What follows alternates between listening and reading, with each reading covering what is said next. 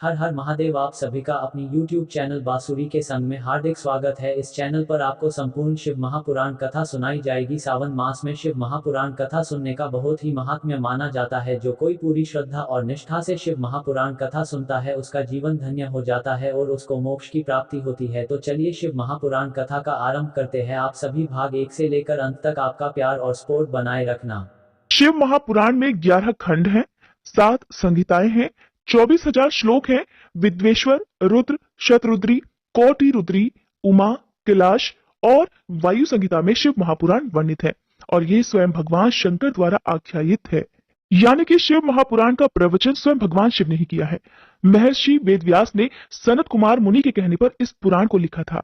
ऐसा माना जाता है कि मूल शिव महापुराण में श्लोकों की संख्या 1 लाख है, परंतु व्यास जी ने इसे 24,000 श्लोकों में संक्षिप्त कर दिया है।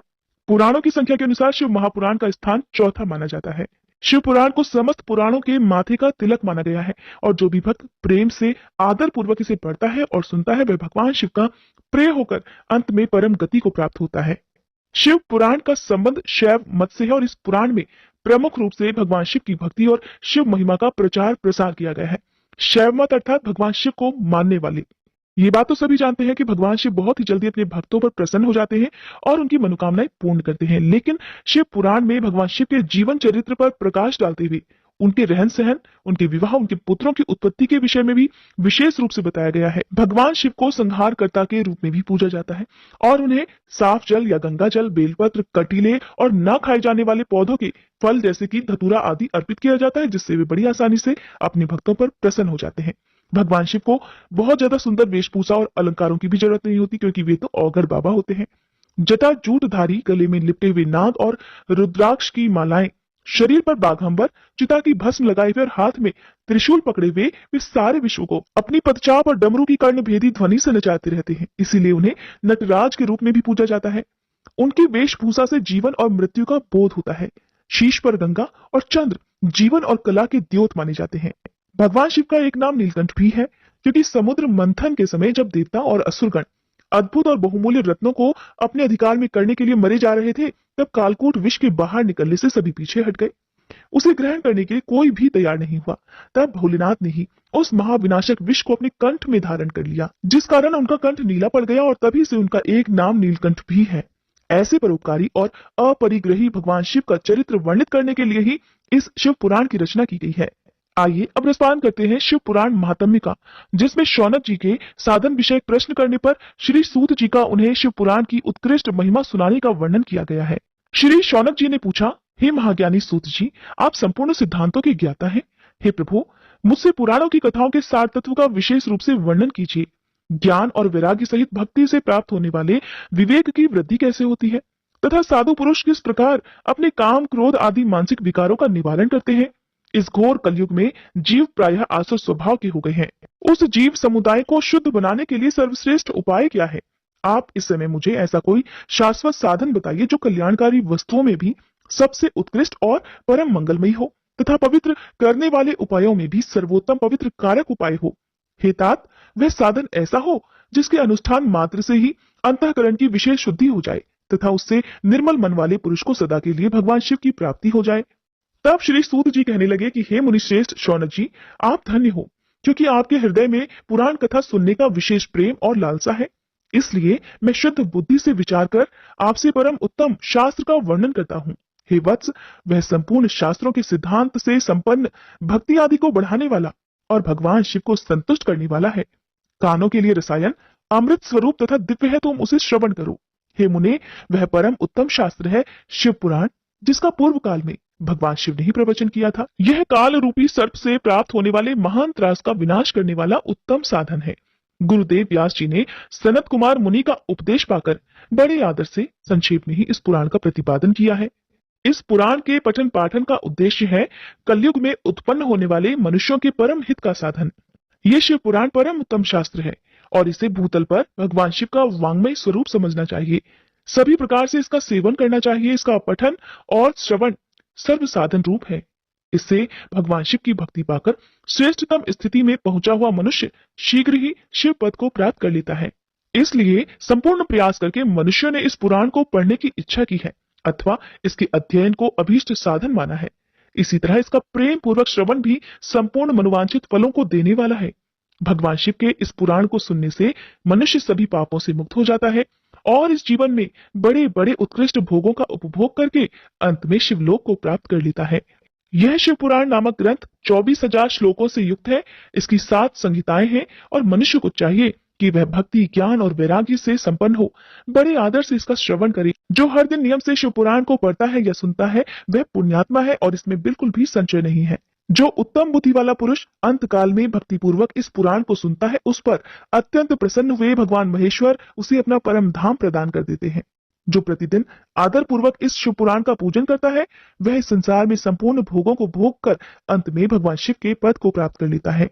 जो प्रतिदिन आलस्य रहित होकर रेशमी वस्त्र आदि के वेष्टन से इस शिव पुराण का सत्कार करता है वह सदा सुखी रहता है। यह शिव पुराण निर्मल तथा भगवान शिव का सर्वस्व है। जो इस-लोक और परलोक में भी सुख चाहता हो उसे आदर के साथ प्रयत्न पूर्वक इसका श्रवण अथवा पठन पाठन करना चाहिए।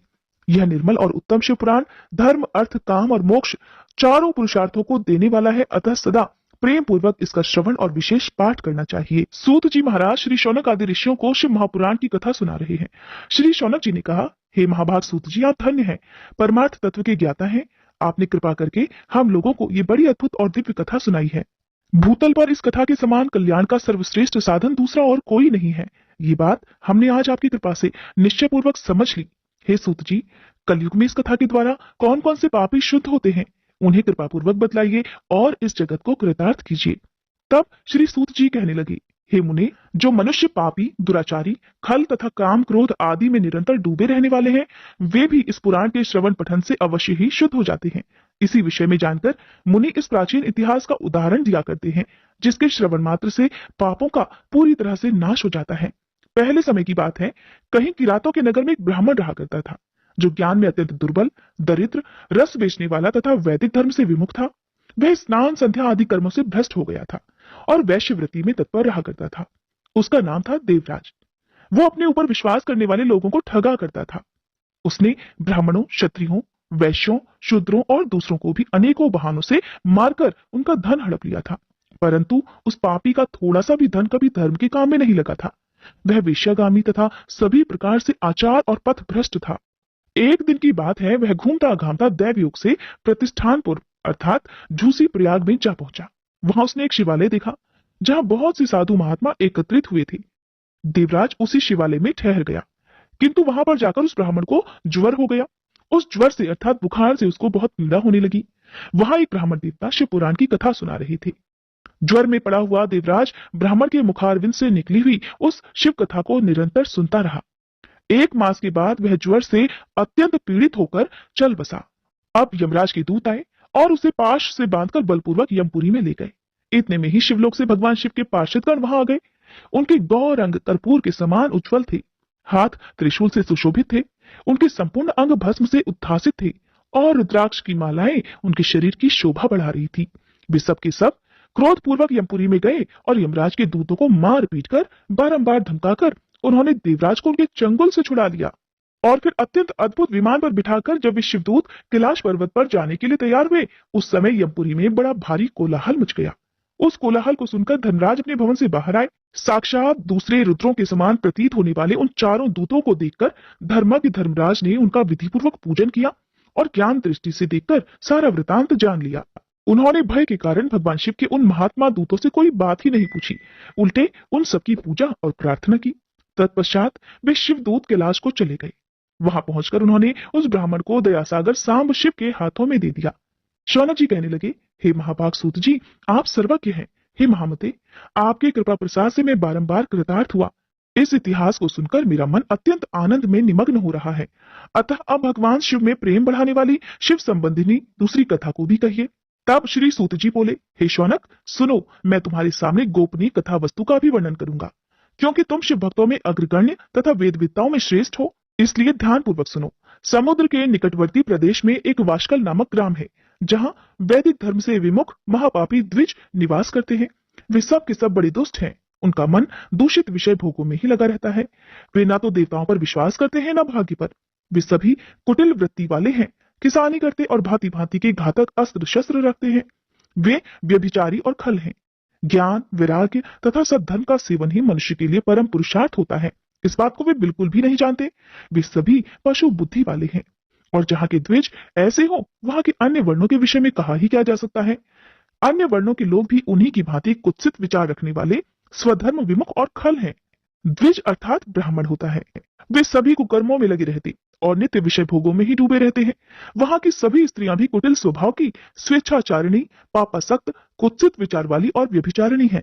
वे सद्व्यवहार और सदाचार से सर्वथा शून्य है। इस प्रकार वहां दुष्टों का ही निवास है। उस वाशकल नामक गांव में किसी समय एक बिंदुक नामधारी ब्राह्मण रहता था। वह बड़ा अधम था, दुरात्मा और महापापी था। फिर भी उसकी स्त्री बड़ी सुंदरी थी, तब भी वह कुमार्ग पर ही चलता था। उसकी पत्नी का नाम चंचुला था। वो सदा उत्तम धर्म के पालन में लगी रहती थी, तब भी उसे छोड़कर वह दुष्ट ब्राह्मण वेश्यागामी हो गया था। इस तरह कुकर्म में लगे हुए उस बिंदुक के बहुत वर्ष बीत गए।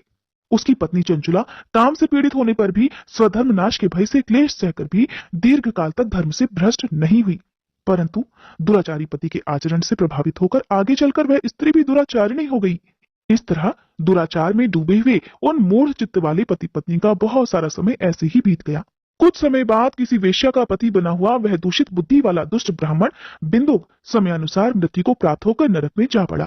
बहुत दिनों तक नरक के दुख भोगकर वह मूढ़ बुद्धि पापी विंध्य पर्वत पर भयंकर पिशाच बन गया। इधर उस दुराचारी पति बिंदुक के मर जाने पर वह मूढ़ हृदया चंचुला बहुत समय तक पुत्रों के साथ अपने घर में ही रही। एक दिन की बात है, दैवयोग से किसी पुण्य पर्व के आने पर वह स्त्री भाई बंधुओं के साथ गोकर्ण क्षेत्र में गई। तीर्थ यात्रियों के संग से उसने भी उस समय जाकर किसी तीर्थ के जल में स्नान कर लिया। फिर वह स्नान करने के पश्चात मेला देखने की दृष्टि से और ऐसे भाव से अपने बंधुजनों के साथ यहाँ वहां घूमने लगी। घूमती घामती वो किसी देव मंदिर में पहुंच गई और वहां उसने एक दैव्य के ब्राह्मण के मुख से भगवान शिव की परम पवित्र और मंगलकारिणी उत्तम पौराणिक कथा सुन ली। कथावाचक ब्राह्मण उस समय कह रहे थे कि जो स्त्रियां पर पुरुषों के साथ व्यभिचार करती हैं, वे मरने के बाद जब यमलोक में जाती हैं, तब यमराज के दूत उन्हें तपे हुए लोहों से दागते हैं। पौराणिक ब्राह्मण के मुख से ये वैराग्य बढ़ाने वाली कथा सुनकर चंचुला भय से व्याकुल होकर वहां कांपने लगी। जब कथा समाप्त हुई और सुनने वाले सभी लोग वहां से बाहर चले गए, तब वह भयभीत नारी एकांत में शिव पुराण की कथा बांचने वाले उन ब्राह्मण देवता से कहने लगी। चंचुला कहने लगी, हे ब्राह्मण देवता, मैं अपने धर्म को नहीं जानती थी, इसलिए मेरे द्वारा बड़ा भारी दुराचार हुआ है।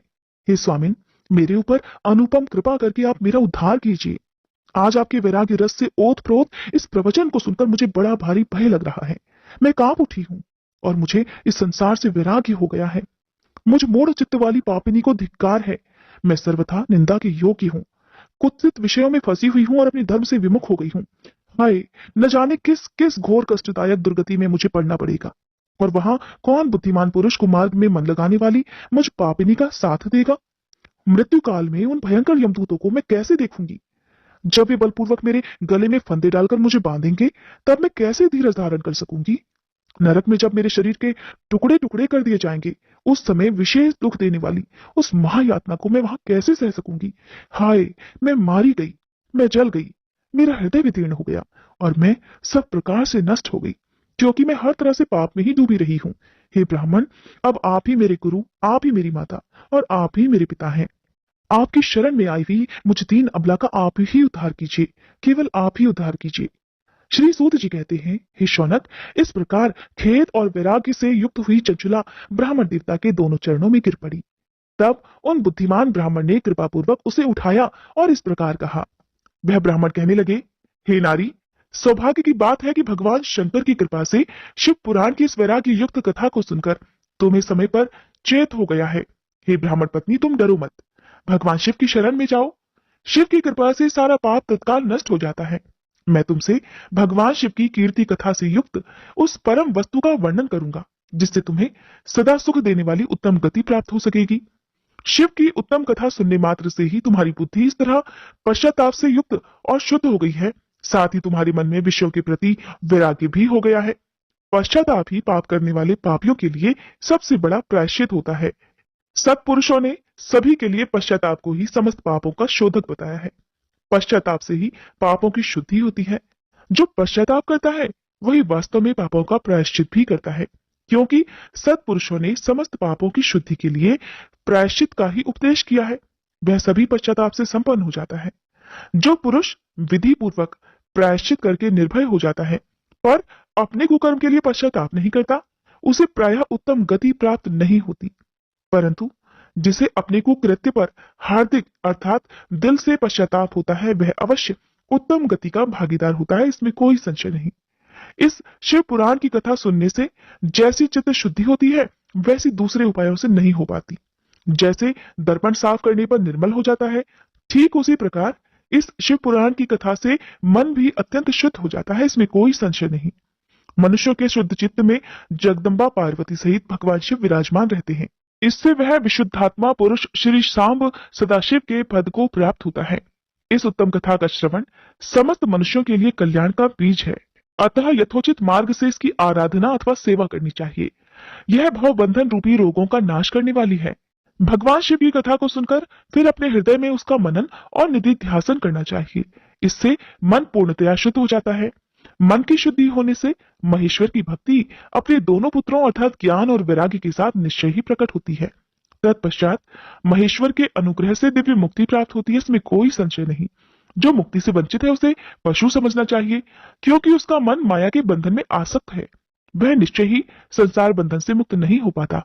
हे ब्राह्मण पत्नी, इसलिए तुम विषयों से मन को हटा लो और भक्तिभाव से भगवान शंकर की इस परम पावन कथा को सुनो। परमात्मा शंकर की इस कथा को सुनने से तुम्हारे मन की शुद्धि होगी और इससे तुम्हें मोक्ष की प्राप्ति हो जाएगी। जो निर्मल मन से भगवान शिव के चरणारविंदों का चिंतन करता है, उसका एक ही जन्म में मुक्ति हो जाती है। ये मैं तुमसे सत्य कहता हूँ।